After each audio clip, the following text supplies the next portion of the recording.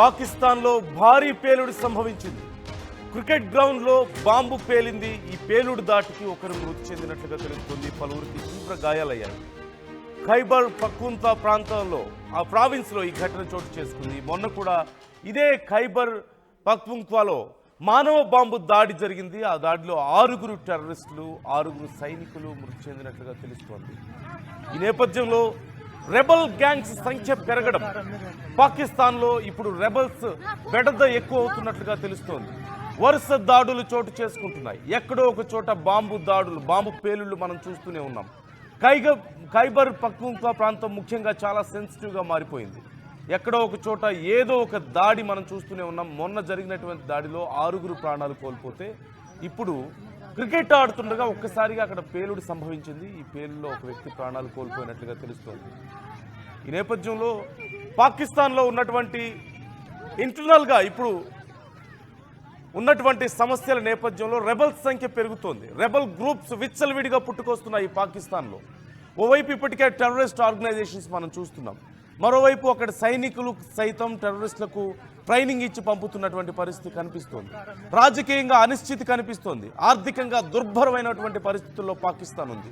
ఇలాంటి తరుణంలో ప్రజలకు తిండి లేక నానా అవస్థలు పడుతుంటే మేము యుద్ధాలు చేస్తాం, భారతదేశం మీద అణుబాంబులు వేస్తామని బెదిరించుకుంటూ నాయకులు కూర్చుంటే, సైనికాధికారులు కూర్చుంటే ప్రజల పరిస్థితి ఏంటి?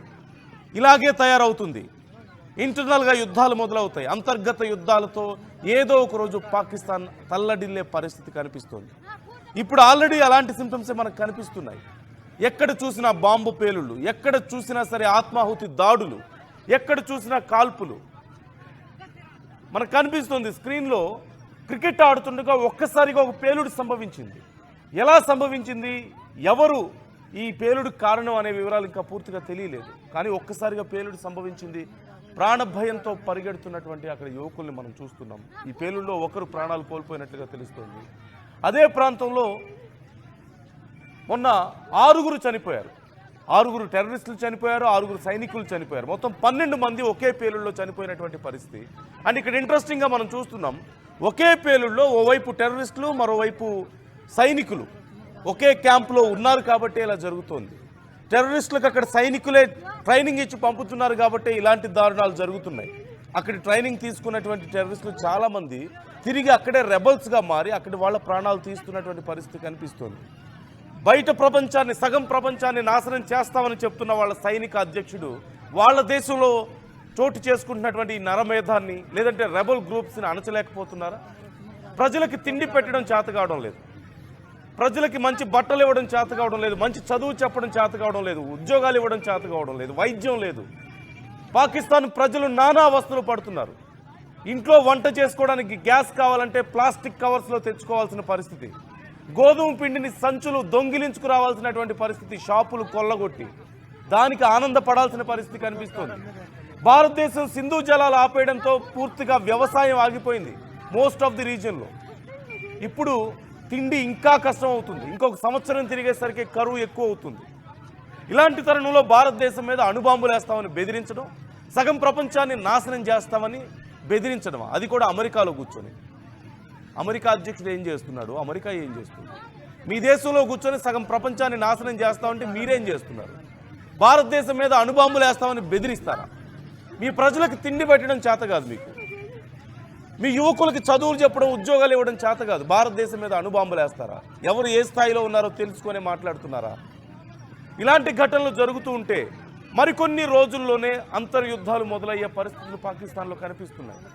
రాజకీయంగా చాలా గందరగోళంగా ఉంది అక్కడ పరిస్థితి. మనం చూసాం, భారతదేశంతో పాకిస్తాన్ యుద్ధం చేస్తున్న సమయంలో వాళ్ళ పార్లమెంట్ మెంబర్స్ ఏడ్చారు పార్లమెంట్లో, వద్దు భారతదేశంతో మనకు యుద్ధం వద్దు, మమ్మల్ని బ్రతకనివ్వండి, మనల్ని చంపేస్తారు భారతీయులు ఇలాగే యుద్ధం చేసుకుంటూ పోతే, భారతదేశంతో మనం యుద్ధం చేయలేమని. ఇలాంటి డిఫరెన్స్ కనిపిస్తోంది. అధికారంలో ఉన్నవాళ్ళు, సైనిక అధ్యక్షులుగా ఉన్నవాళ్ళేమో ఇష్టం వచ్చినట్లుగా విచ్చలవిడిగా వ్యవహరిస్తుంటే మిగతా పార్లమెంట్ మెంబర్స్ అందరూ కూడా ఏడుస్తున్న పరిస్థితి అక్కడ కనిపిస్తుంది. రాజకీయంగా అనిశ్చితి, డబ్బులు లేవు. పాకిస్తాన్ అమెరికా దగ్గరికి వెళ్ళో, చైనా దగ్గరికి వెళ్ళో యాచిస్తే తప్పితే వాళ్ళకి డబ్బులు వచ్చే పరిస్థితి లేదు. యుద్ధం చేయడానికి ఆయుధాలు ఏమన్నా వాళ్ళు తయారు చేసుకుంటున్నారు? వాళ్ళ దగ్గర నిజంగా అంత టెక్నాలజీ ఉందా?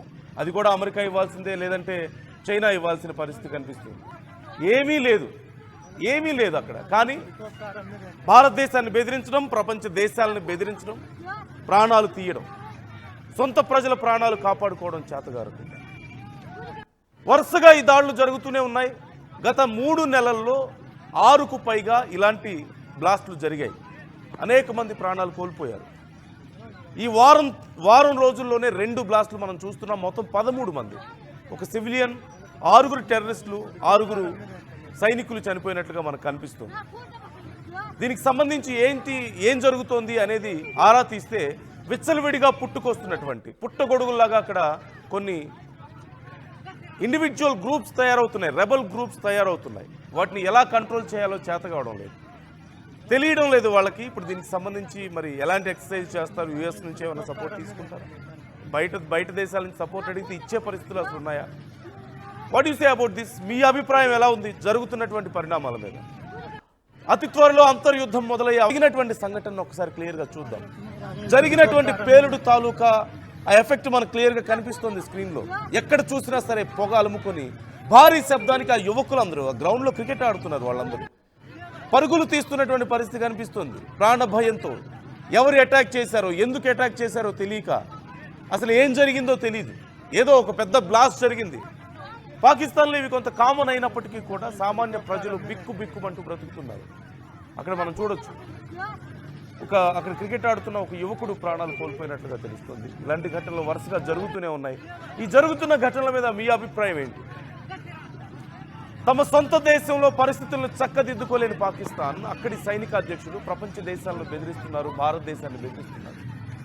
మీరేమనుకుంటున్నారు? మీ అభిప్రాయాలు కూడా మాతో పంచుకోండి, కామెంట్ Nah,